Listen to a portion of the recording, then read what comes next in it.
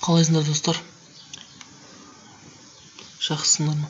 Бүгін мен Word туралы мәліметтер айтып кетсем. Word туралы мәліметтер айтып кетсем. Word'да документті қалай сохранить етеміз, оны бәріміз білеміз. Сохранить как деп, керекті жеріне документті қоямыз. Ағарай кететін болсақ. Яғни біз формула жазу керек болатын болса, мысалы a-ның квадраты дейтін болатын болсақ, мына жерде тұр мына x квадрат деген тұр. Жазасыз мысалы a-ның квадраты, қайттан орнына келтіресіз. a-ның квадраты, одан кейін тағы бассаңыз уже түседі. Мысалы қосылған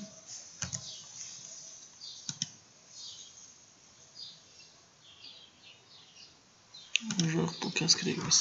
a-ның квадраты, так,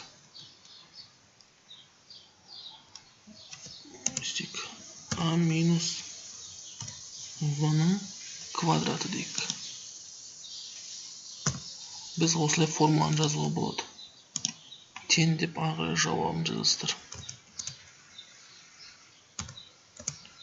Дәл осылай формуланы жазуға болады, яғни a квадрат, v квадрат. Болмаса астына жазғыңыз келсе, астына жазасыз осылай. Жалпы түсінікті болса, келесіге өтейік. Біз формуланы былай жазуға болатынын көрдік, иә? Енді ағыры кететін болсақ, біз таблица қоя аламыз. Таблицаны жерге жазсақ та болады. Суретін салғыңыз келетін болса, байына саласыз. Яғни керекті таблица керек болатын болса, мысалы осылай таблица салып аламыз. Енді ағыры кетейік. Таблицаны салуды бір көрдік. Разметка страницы деген кіреміз. Яғни осы бетті біз альбомный қылу үшін ориентация деген жерге кіреміз де, альбомный деген жерге басамыз. Сол кезде сіздің экраныңыздағы, яғни парағыңыз альбомный болады. Яғни егер колонкаға бөлген кезде, мысалы үшбір жазатын кезде колонкаға бөлу керек болады ғой. Сол кезде колонкаға бөліп алсақ та болады. Мысалы үйтіп бөлеміз біз. Колонкаға бөлгіңіз болатын болса, міне колонка дейсіз, міне 3 колонка дейсіз. 3 колонкаға бөлінеді. Осы үшбір жазатын кезде осылай бөліп алсаңыз да болады. Жалпы бұл маған керек емес. Енді ағарай бұны көрдіге. Енді номер строк, яғни беттерді қою. Әр бетке қою керек па, мысалы. На каждой странице әр бетке қою болса, в каждом разделе дейді.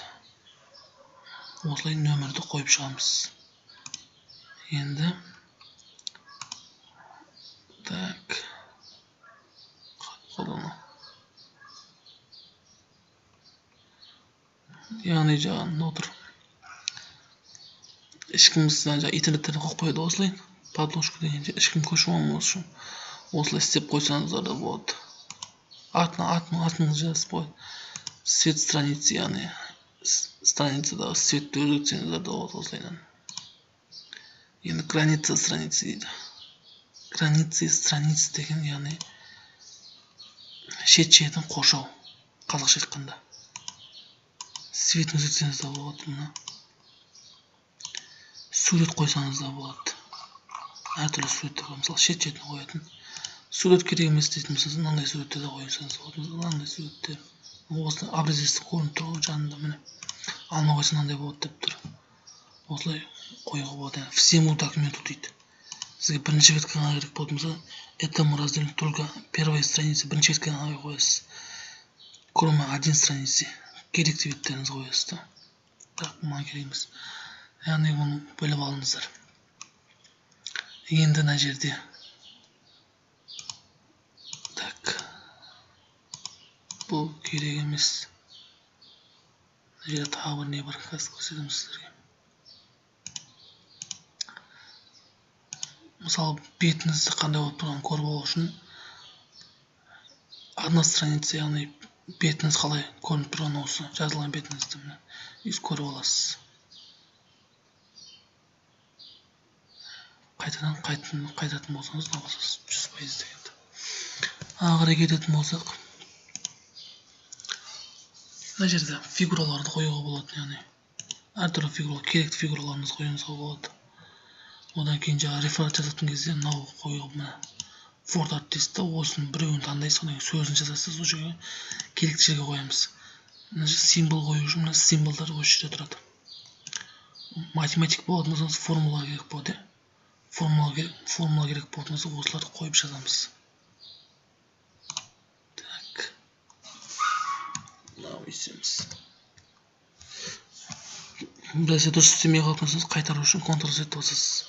Ctrl-Z бассаңыз қайтады.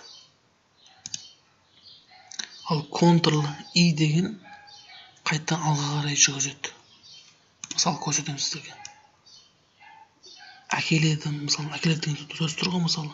Мен қазір осыны өшіремін. Ctrl-Z басам, сөз қайтты ма? Ctrl-I дегенді бассам, қайттан обратно қайтады. Ал Ctrl-Z басам, қайттан әкелу деген сөз. Ал Ctrl-X деген өшіру. Ctrl-Z деген қайттан қайтарам. Ctrl-S деген көшіру. Ctrl-V деген ставить етеміз. Яғни бәрі өзінің қатарында тұр. Жалпы барлық керек нәрселерді айтып кеттім деп ойлаймын. Мысалы, мынандай қылсаңыздар болады. Мысалы, беттері толмай жатса жазуларыңыздың. Мына жерде мынандай жер бар. Главное деген, интервал деген жер бар. Мысалы, арасын ашсаңыздар болады. Көріп отырсыздар ғой, мысалы. Міне арасын аша бересіздер, мысалы, керекті арасын, мысалы. Дәу ашсаңыздар болады. Осы арасын аша алсаңыздар болады. Мысалы, кесте қоятын болсаңыздар, кесте қою керек болатын болса, мысалы, кесте қоятын болсаңыздар, кесте қойғаннан шет-шеттен де жазылып өшіп кететін болса, мына жерде басасыздар, сол кезде шетінің бәрі қап-қара болады. Кесте қойған кезде, мысалы, копировать еткен кезде қойылатын болса, сондай болады. Мысалы, қазір төбеде көрсетіп кете салайын. Менде бір кесте бар еді, міне. Так. Мысалы, міне кесте.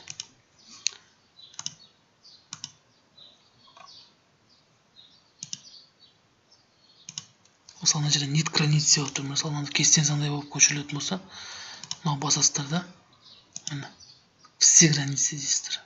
Бәрі қап-қара болып көрініңіздер ғой, жалпы. Арасын ашуды көріңіздер. Енді ары кетейік.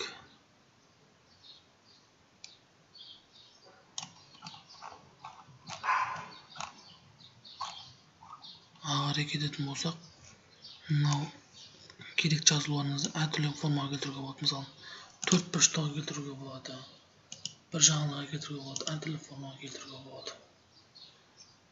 Жазуларыңызға, мысалы, сан қоюларыңызға да болады, мысалы. Мынандай сан қоюларыңызға болады. Әртүрлі, мысалы, абысы, вариант істейтін болсаңыздар, керек емес ниет дейсіздер, болмаса мынандай қоюларыңыз, мынандай қоюға болады, мысалы, жазулар қоюға да болады. Осылай қоя бересіздер. Жазуларыңыздың түрлерін өздеріңіз былай таңдасаңыздар да болады. Әртүрлі жазулар бар. Маған, мысалы, ыңғайлы Times New Roman деген ыңғайлы. Шрифтін өзгертсеңіздер де болады.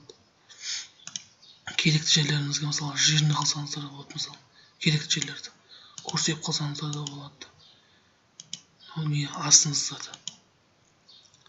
Мысалы, керек емес жазу болатын болса, мына жерде мысалы тұр. Бұлай көшіріп қойсаңыздар да болады. Осылайынан Word'ты аяқтаймыз. Жалпы білмейтіндер болатын болса, білгендеріңізге қуанамын.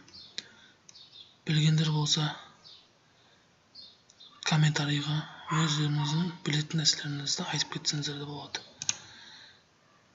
Мысалы, шрифттің түсін басқаша алсаңыздар да болады. Цветной параққа шығатын болсаңыз да, осы келтіруге болады. Жалпы сау болыңыздар достар. Ұнап жатса каналыма тіркеліп қойыңыздар. Біліп жатқан болатын болсаңыздар, осылай каналыма тіркеліп қойыңыздар. Жақсы, сау болыңыздар.